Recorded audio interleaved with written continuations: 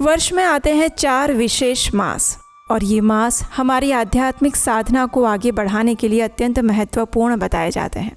और ये 4 मास होते हैं श्रावण, भाद्रपद, अश्विन और कार्तिक मास। इसे चातुर्मास के नाम से भी हम जानते हैं।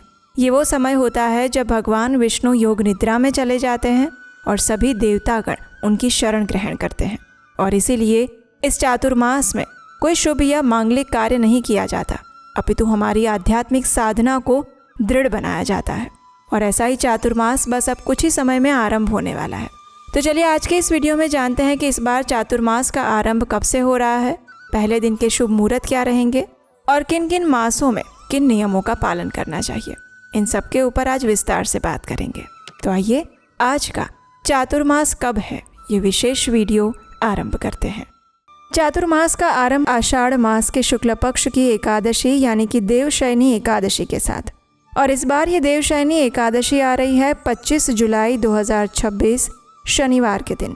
इसी दिन से भगवान विष्णु योग निद्रा में चले जाएंगे और अगले दिन यानी 26 जुलाई से प्रथम चातुर्मास दिवस के रूप में गणना आरंभ हो जाएगी।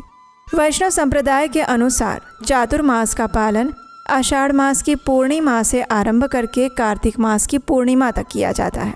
और इसलिए इस बार आषाढ़ मास की पूर्णिमा आरंभ होगी 29 जुलाई 2026 बुधवार के दिन। यही दिन गुरु पूर्णिमा का दिन है, व्यास पूजा के रूप में मनाया जाने वाला दिन है। तो कुछ भक्त इस पूर्णिमा के दिन से भी चातुर्मास के व्रत और नियमों का पालन आरंभ कर देते हैं। तो चाहे आप एकादशी से चातुर्मास आरंभ करने जा रहे हैं या फिर पूर्णिमा से, दोनों ही परंपराएं शास्त्र सम्मत है। आप दोनों में से किसी भी दिन से चातुर्मास व्रत का आरंभ कर सकते हैं। आइए अब जानते हैं कि इस बार चातुर्मास के अंतर्गत आने वाले 4 मास यानी कि श्रावण, भाद्रपद, अश्विन और कार्तिक कौन कौन सी तारीख से आरंभ होंगे और कब समाप्त होंगे। सबसे पहले श्रावण मास का आरंभ हो जाएगा 30 जुलाई 2026 गुरुवार के दिन से और इसकी समाप्ति होगी 28 अगस्त 2026 शुक्रवार के दिन। चातुर्मास का पहला महीना यानी श्रावण मास में हरी पत्तेदार सब्जियों का त्याग किया जाता है।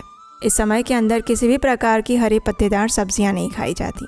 उसके बाद दूसरा महीना यानी भाद्रपद मास आरंभ हो जाएगा 29 अगस्त 2026 शनिवार के दिन से और ये भाद्रपद मास समाप्त होगा 26 सितंबर 2026 शनिवार के दिन।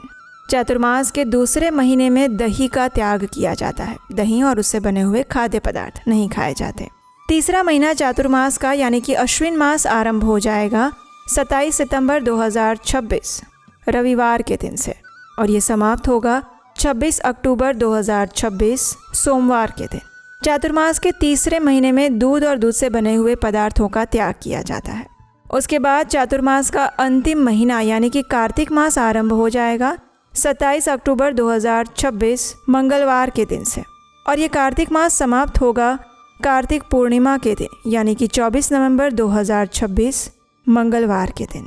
चातुर्मास के इस चौथे महीने में उड़द दाल और उनसे बने हुए खाद्य पदार्थ वर्जित माने जाते हैं। कार्तिक मास के शुक्ल पक्ष की एकादशी यानी कि देव उठनी एकादशी के दिन भगवान विष्णु अपनी योग निद्रा से बाहर आते हैं और इसी दिन चातुर्मास का समापन होता है। इसलिए इसे देव उठनी एकादशी के नाम से भी जाना जाता है। और जो भक्त देवशयनी एकादशी से चातुर्मास व्रत का आरंभ करते हैं उनका चातुर्मास देव उठनी एकादशी के दिन समाप्त होता है।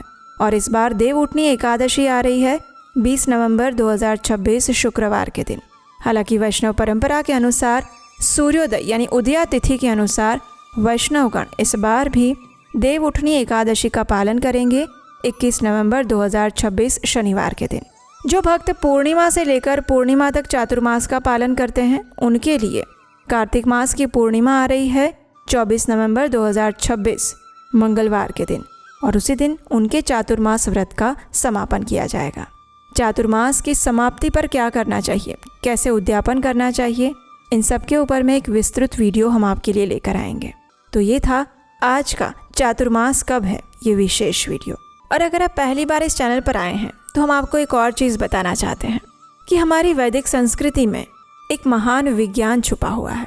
उसका नाम है गर्भ विज्ञान और उसका अर्थ होता है एक ऐसे सामर्थ्यवान, सुदृढ़, सशक्त और गुणवान आध्यात्मिक संतान को जन्म देना जो आने वाले समय में एक उज्जवल भविष्य और समाज की रचना कर सके। तो अगर आप गर्भवती महिला हैं या फिर आने वाले समय में प्रेगनेंसी प्लान कर रहे हैं तो आपके लिए हम एक स्पेशल वेबिनार लेकर आ रहे हैं जिसमें मैं पर्सनली आकर आपके साथ गर्भ विज्ञान के ये सारे रहस्य शेयर करूँगी। अगर आप इंटरेस्टेड हैं तो नीचे डिस्क्रिप्शन बॉक्स में उसका लिंक दिया हुआ है, वहाँ पर जाकर आप इस वेबिनार के लिए रजिस्ट्रेशन कर सकते हैं। और हम आपसे मिलेंगे इसी चातुर्मास से जुड़ी हुई और भी महत्वपूर्ण जानकारियों के साथ आपके अपने चैनल उपदेशाष्टकम पर। हरे कृष्ण।